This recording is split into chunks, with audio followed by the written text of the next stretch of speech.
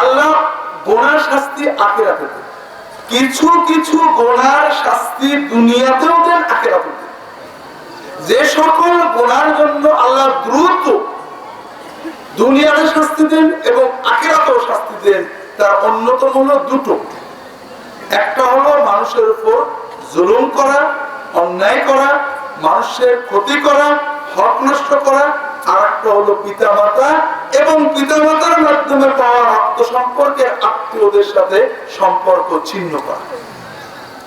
যদি কেউ পিতামাতার হক নষ্ট করে, আত্মীয়দের আত্মীয়তার সম্পর্ক ছিন্ন করে, তাদের হক নষ্ট করে, তাদের সাথে সম্পর্ক একেবারেই নষ্ট করে, অথবা কারোর জুলুম করে, তার উপরে জুলুম করে, তাহলে এই জুলুম এবং সম্পর্ক নষ্টের, হক নষ্টের জন্য আল্লাহ দুনিয়াতে দ্রুত গজব দেবেন আর আখিরাতে শাস্তি জমা থাকবে।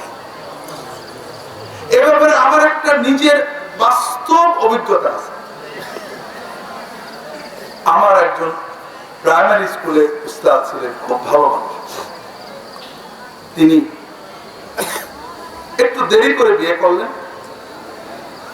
ভাই বোনদের বিয়ে শাদী দিয়ে একটু বয়স হলে বোধহয় 30-35 বিয়ে করলেন। ওই সময়ের কথা, তখন তো মানুষ এত বয়সে বিয়ে করে না। ওনার স্ত্রীও উচ্চশিক্ষিত, কিন্তু দুর্ভাগ্যক্রমে ওনার স্ত্রীর সাথে ওনার আব্বা আম্মা ভাই বোনের প্রচন্ড তিক্ততা হয়ে গেল।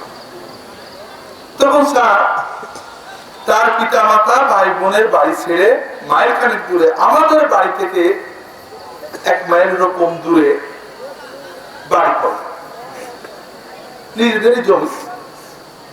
উদ্দেশ্য ওই ঝগড়াঝাটি থেকে মুক্ত হয়ে শান্তিতে থাকে। কপালের ভাগ্যের পরিহাস, স্যারের প্রতিবেশী এক জল্লাদ। আমি স্যারের সাথে ভালো দেখা করতাম, আমার প্রিয় স্যার ছিলেন। স্যার আমাকে বলতেন যে জাহাঙ্গীর, ঝগড়াঝাটি অশান্তি থেকে বাঁচার জন্য বাবা এই বাড়ি করলাম, কিন্তু এমন পড়শি পাইছি যে এক পড়শি 10 শ্বশুরের চেয়েও বেশি কষ্ট। এভাবেই চলতে লাগলো জীবন। স্যারের আব্বা আমি দেখেছি 95 বছর বয়সে হেঁটে বেড়াতেন, প্রায় 100 বছরে মারা গেলেন। তা আমার ধারণা ছিল স্যার ওরকম মাইল পাবেন। স্যার রিটায়ার করলেন। রিটায়ার করার বোধহয় 5-7 বছর পরে, কত হবে, 70 হয়নি স্যারের বয়স। স্যার ডায়াবেটিস ছিল, হঠাৎ কিডনি নষ্ট হয়ে গেল। আপনারা জানেন কিডনি নষ্ট হওয়া যে কত কষ্টের জিনিস, বিশেষ করে গরিবের জন্য। ডায়ালিসিস করতে অনেক টাকা লাগে, বিশেষ করে সেই সময় অল্প কিছুদিন ডায়ালিসিস করে করতে পারলেন না, প্রচন্ড যন্ত্রণা নিয়ে বুকে বুকে মারা গেল। স্যারের 3 মেয়ে 1 ছেলে। ছেলেটা বাড়ির পাশে খালের ভিতরে, যে খালে আজীবন গোসল করে সেই খালে গোসল করতে যেয়ে ডুবে মরে। আমার এবার বলেন, যে শান্তির জন্য স্যারের স্ত্রী স্বামীকে নিয়ে পৃথক বাড়ি করেছিলেন, সেই শান্তি কি পেয়েছেন? শান্তি কি আমাদের পরিকল্পনায় হয় না আল্লাহর পরিকল্পনায়? আমি আপনাদের সাবধান করি, মহিলাদেরও সাবধান করি, খুব ভালো করে বুঝুন। আল্লাহর কাছে অন্যায় করবেন, যত অন্যায় করেন আল্লাহ মাফ করে চাইলে মাফ করেন, কিন্তু মানুষের সাথে অন্যায়ের মাফ বড় কঠিন। শাশুড়ির সাথে স্ত্রী ঝগড়া করবে, এটা সাধারণ অপরাধ, এটা হতেই পারে। শাশুড়ি স্ত্রীর মা না। কিন্তু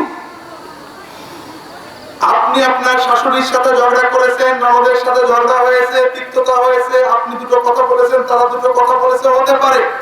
সুযোগ থাকলে ক্ষমা চান, নাইলে না চান, এটা একটা অ্যাফোর্ডেবল গুনাহ, এটা আমরা করে ফেলি। এটা যেন অনেক গুনাহ হবে, কিন্তু গজব আসবে এরকম নয়। কিন্তু আপনার এই মনের ব্যথা ক্ষোভ যদি আপনি আপনার স্বামীর কাছে প্রকাশ করে স্বামীকে তার পিতামাতা ভাই বোনের অধিকার নষ্ট করতে উদ্বুদ্ধ করেন, তাহলে আপনার স্বামীর সন্তানের আয়ু কমবে, বরকত নষ্ট হবে, আপনি ঠেকাতে পারবেন না।